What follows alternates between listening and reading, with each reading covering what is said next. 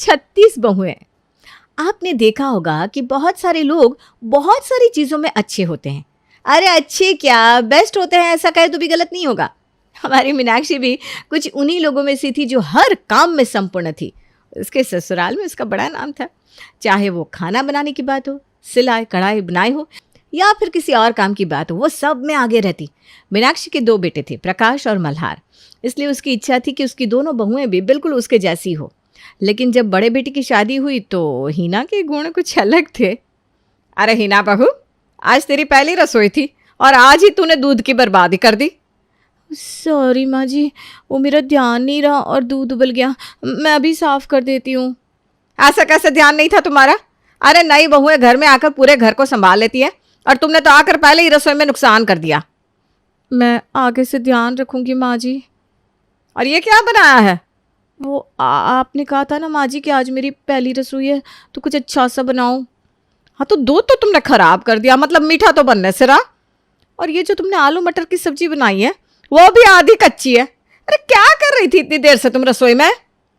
वो माँ जी मैं, लगता है जैसा मैंने सोचा था वैसी तुम बिल्कुल नहीं हो। तुम्हें पता है मैं खाना बनाती थी ना तब तो आस पड़ोस के लोगों के घरों तक खुशबू आती थी। आजकल की लड़कियां तो फोन देखकर ही सब सीख जाती हैं। ऐसे मैं तुम्हें 36 बहुएं दिखा सकती हूँ जो घर की रसोई को ऐसे संभालती है जैसे तुम घर घर खेलती थी बचपन में। कहो दिखाओ। नहीं माँ जी, मैं कोशिश करूँगी कि अब से सब कुछ ध्यान से और अच्छे से करूँ। हाँ वो तो तुम्हें करना ही पड़ेगा, वरना मेरा नाम तो मिट्टी में मिल जाएगा। जी माँ जी। हीना दिल की बात साफ थी, लेकिन उससे काम में हर वक्त कोई ना कोई गलती तो होती ही रहती थी, जिसके चलते मीनाक्षी के ताने कभी खत्म होने का नाम ही नहीं लेते थे। अरे आप क्या तोड़ दिया हीना? वो माँ जी, मुझसे कांच का बॉल टूट गया, सॉरी। हे भगवान, जब से घर में आई है तब से इतनी चीजें तोड़ चुकी है कि इसमें किसी और का नया घर बस जाता। कभी कभी तो मुझे लगता है तुम ये सब जानबूझकर करती हो, है ना? नहीं नहीं माँ जी, वो मुझसे पता नहीं क्यों ये सब गलतियाँ हो जाती हैं। मैं कुछ भी जानबूझकर नहीं करती हूँ। तुम्हें पता है मैं तुम्हें ऐसी 36 बहुएं दिखा सकती हूँ जो आंख बंद करके काम करती है, फिर भी मजाल है जो एक गिलास टूट जाए। पता नहीं मेरे नसीब में ही ऐसी तोड़ फोड़ वाली बहू क्यों लिखी थी। सॉरी माँ जी, आगे से मैं ध्यान रखूंगी। तुम्हारी शादी को 1 साल हो गया है, अब तक तुम रसोई संभाल नहीं पाई हो। अब मैं तुम्हें घर की जिम्मेदारी कैसे दे दूं? हाँ, घर का राशन, घर की सब्जियां, सिलाई, इतना कुछ है, वो कब सीखोगी? माँ जी मैं धीरे धीरे सब कुछ सीख जाऊंगी। इस जन्म में तो मुश्किल है भाई तुमसे कुछ भी होना। अगले जन्म में मैं नहीं चाहती कि तुम मेरे घर की बहू बनो। सॉरी माँ जी। बस अंग्रेज चले गए और ये सॉरी छोड़ गए। जब देखो सारी माँ जी करती रहती है। चल अब ये कांच के टुकड़े साफ कर फटाफट। हीना की शादी को 1 साल हो चुका था, लेकिन अभी तक उसने अपनी सास के मन में अपने लिए जगह नहीं बनाई थी। बनाती भी कैसे? आखिर मीनाक्षी ऐसी 36 बहुओं को जो जानती थी, जो हीना से काम में और हुनर में 10 गुना बेहतर थी। तुम्हें कहा था ना कि तकिए के कवर सिल देना। ये क्या किया है? ना सही ढंग से सिला है, ना कोई डिजाइन, ना कोई फूल पत्ती बनाई है। ये ऐसे कवर बिछाएंगे हम घर में? माँ जी मैंने अभी अभी सिलाई सीखी है, कुछ वक्त में सीख जाऊंगी मैं। अरे क्यों डांट रही है मीनाक्षी बहू को? अभी अभी तो उसने सिलाई करना सीखा है, उस हिसाब से तो ये काफ़ी अच्छा है। अरे देवकी, मैं तुझे ऐसी 36 बहुएं दिखा सकती हूँ जिन्होंने अभी अभी सिलाई सीखी है और इतनी बढ़िया ड्रेस बनाती है कि पूछो ही मत। लेकिन एक ये है, शादी के इतने साल बाद भी एक तकिए का कवर बनाना नहीं आया। बोलो, मैं जब सिलाई करती थी ना तब बड़े बड़े डिज़ाइनर पीछे हट जाते थे। हाँ लेकिन ये भी इतना बुरा नहीं है मीनाक्षी। बुरा नहीं है? अरे बहुत बुरा है ये। ऐसे कवर तो मैं झाड़ू पोछे में भी इस्तेमाल ना करूं। सॉरी माँ जी, मैं फिर से बना देती हूँ। अरे रहने दे, मैं खुद ही सिल दूंगी। तुझसे ये सब होने से रहा। तू तो बस सॉरी बोल, वही आता है तुझे, और कुछ नहीं। हे भगवान, एक बहू तो किसी काम की नहीं है। मेरे मल्हार की बहू मुझे ऐसी देना कि जिसे देख कर ही लोग जल जाए। बड़े बेटे प्रकाश की शादी के बाद अब मल्हार की बारी थी शादी की, जहां एक तरफ मीनाक्षी ऐसी बहू ढूंढ रही थी जो उसकी हर इच्छा को पूरी कर सके, वहीं हमारे मल्हार ने तो अपने लिए दुल्हनिया ढूंढ भी ली थी। ये रहा तुम्हारा गाजर का हलवा, ये लो। तुमने बनाया है? हाँ, कैसे बना है? अरे ये तो सच में बहुत अच्छा है, क्या स्वाद है इसका। तुम तो ऐसे कह रहे हो जैसे आज से पहले तुमने कभी गाजर का हलवा खाया ना हो। अरे खाया तो बहुत बार है, लेकिन इतना स्वाद नहीं खाया। मेरी भाभी है ना, थोड़ी भोली है। उनसे कुछ ना कुछ गलती होती रहती है, कभी कुछ ज़्यादा पड़ जाता है, कभी कुछ कम। अच्छा तो कोई बात नहीं, शादी के बाद मैं तुम्हारे लिए खाना बना दिया करूँगी और तुम्हारी भाभी को भी आराम मिल जाएगा। अरे उन्हें आराम नहीं मिलने वाला। जब देखो तब माँ उन्हें कुछ न कुछ सिखाती रहती है और इसीलिए हमेशा वो डांट भी खाती रहती हैं। अरे ऐसा है तो तुम्हें लगता है कि तुम्हारी माँ मुझे पसंद करेगी? हाँ हाँ बिल्कुल करेंगी। उन्हें ऐसी बहू चाहिए जो उनकी तरह हर काम में होशियार हो। अरे ये क्या बात हुई, हर कोई हर काम में होशियार नहीं हो सकता है मल्हार। और देखो अगर मुझे बाकी के काम ठीक से नहीं आए तो वो मुझे तुमसे शादी नहीं करने देंगी। तुम ऐसा कह रहे हो क्या? अगर वो ना भी करेगी तो मैं उन्हें मना लूँगा, लेकिन शादी तो मैं तुमसे ही करूँगा निवेदिता। तुम्हारी बातों से लग रहा है कि तुम्हारी माँ को मनाना बहुत मुश्किल होगा। निवेदिता का अंदाज़ा सही था। मल्हार और निवेदिता के बारे में जानकर मीनाक्षी बहुत ज़्यादा नाराज़ हो गई थी मल्हार से। अरे ऐसी 36 लड़कियां लाइन लगाकर खड़ी है तेरे आगे, तुझे क्या दिखा है उसमें ऐसा जो उसी से शादी करनी है तुझे? माँ मैं निवेदिता से प्यार करता हूँ, और प्यार कुछ देख कर नहीं होता, बस हो जाता है। ये फिल्मी बातें ना मेरे साथ मत कर। प्यार व्यार शादी के बाद सब दूर भाग जाता है, सिर्फ गुण और हुनर ही काम आता है। तू देख रहा है ना हिना कैसी है, एक काम उससे ढंग से नहीं होता। तू क्या चाहता है कि मैं दूसरी वाली भी ऐसी ही ढूंढूं?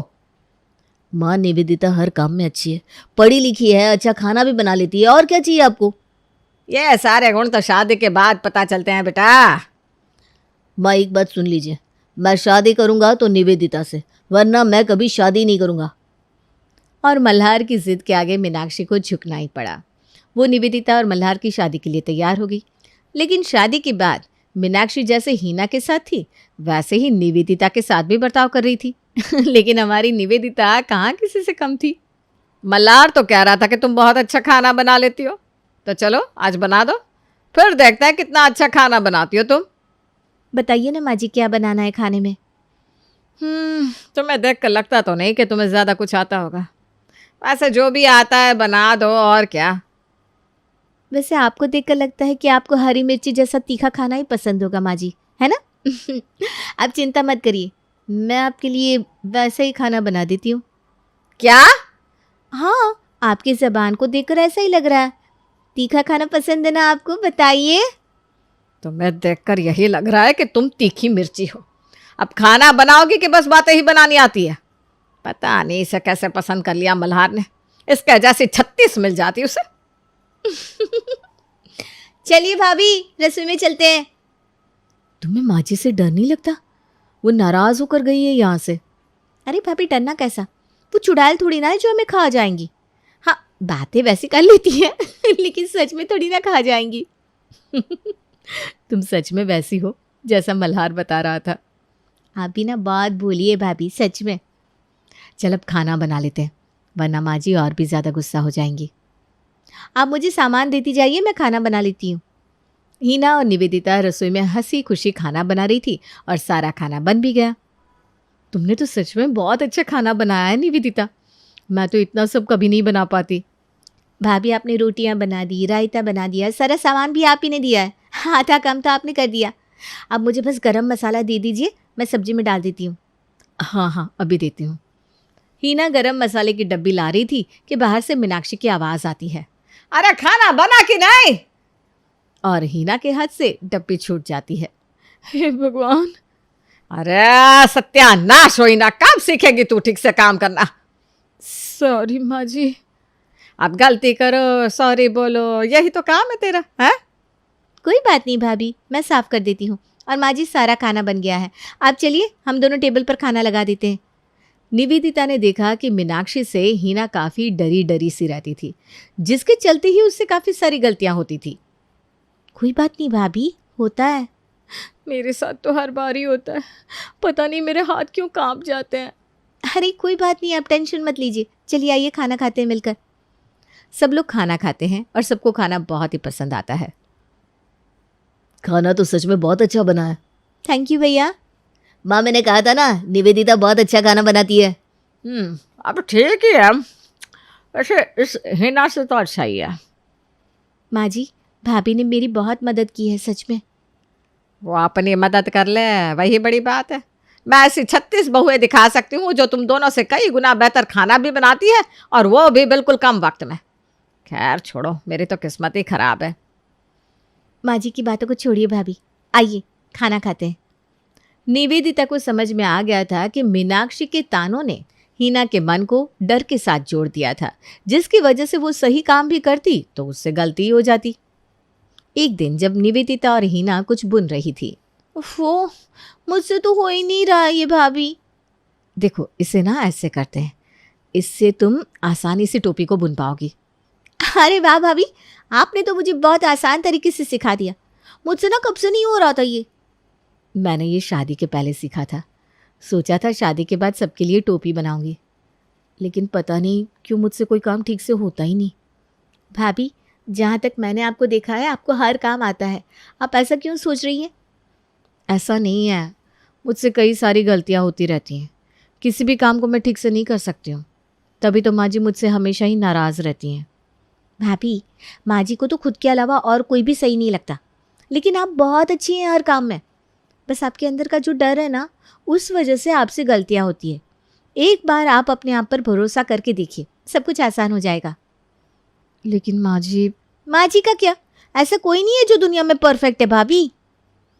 अरे मैं तुम दोनों को ऐसी 36 बहुएं दिखा सकती हूँ जो हर काम में होशियार हैं और परफेक्ट भी हैं।